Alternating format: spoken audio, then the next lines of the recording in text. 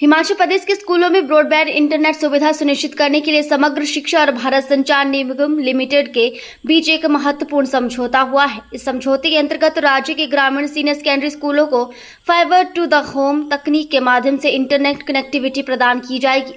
शिक्षा मंत्री ने इस समझौते को हिमाचल की स्कूली शिक्षा के लिए ऐतिहासिक कदम बताया। उन्होंने कहा कि ब्रॉडबैंड कनेक्टिविटी से स्कूलों में ICT, IT तथा स्मार्ट क्लास जैसे डिजिटल नवाचारों को प्रभावी ढंग से संचालित किया जा सकेगा। साथ ही मुख्यमंत्री द्वारा बच्चों और शिक्षकों की उपस्थिति के मॉनिटरिंग संबंधी निर्देशों को सुचारू रूप से लागू करने में भी मदद मिलेगी। इस पहल के तहत राज्य के 2809 ग्रामीण सीनियर सेकेंडरी स्कूलों को शामिल किया गया है। इनमें से लगभग 1000 स्कूल पहले से ही इंटरनेट से जुड़े हुए हैं।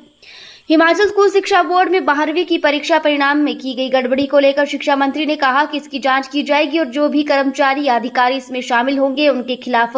कार्रवाई की जाएगी। सिरमौर में 9वीं कक्षा के स्कूली छात्रों की पिटाई के मामले में रोहित ठाकुर ने बताया कि इस मामले की जानकारी उन्हें सोशल मीडिया के माध्यम से प्राप्त हुई है, जिस पर नियमों के मुताबिक दोषी अध्यापक पर कार्रवाई की जाएगी।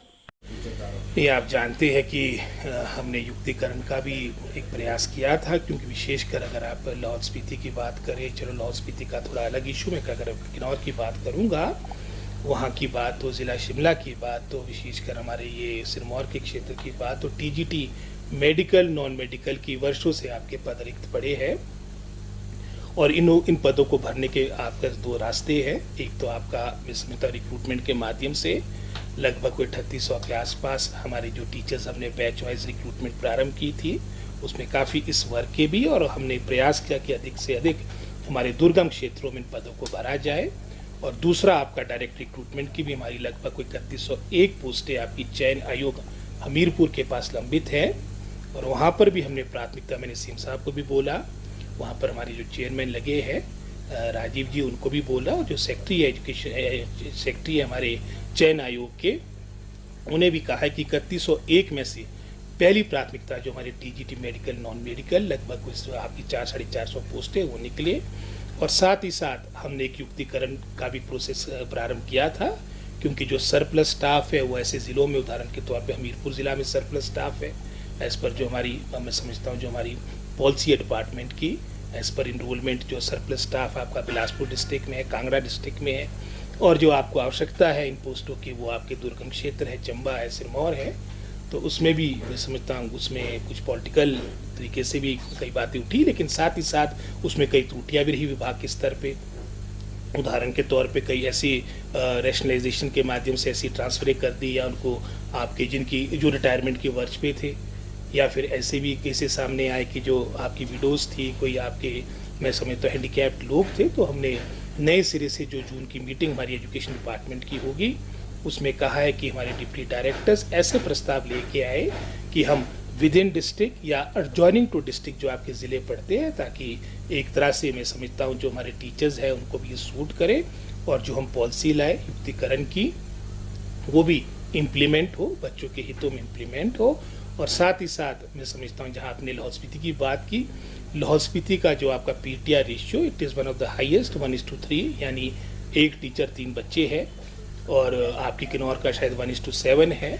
और इसको एक तरह से युक्तिकरण के माध्यम से हमारा प्रयास रहेगा कि जहाँ पर जैसे सोलन डिस्ट्रिक्ट है वहाँ का आपका जो रेशियो है 1:20 है,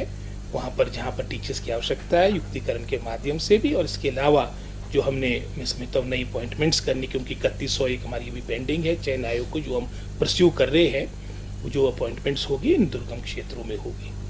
निश्चित रूप में मैं समझता हूँ जो भी दोषी लोग होंगे जिनके द्वारा ये इस तरह की मैं समझता हूँ लैप्स होगा, रूल्स के अकॉर्डिंग निश्चित रूप से कार्रवाई होगी। और मुझे याद है कि जब ये प्रकरण हुआ था और उस वक्त मेरा कांगड़ा का कार्यक्रम था, और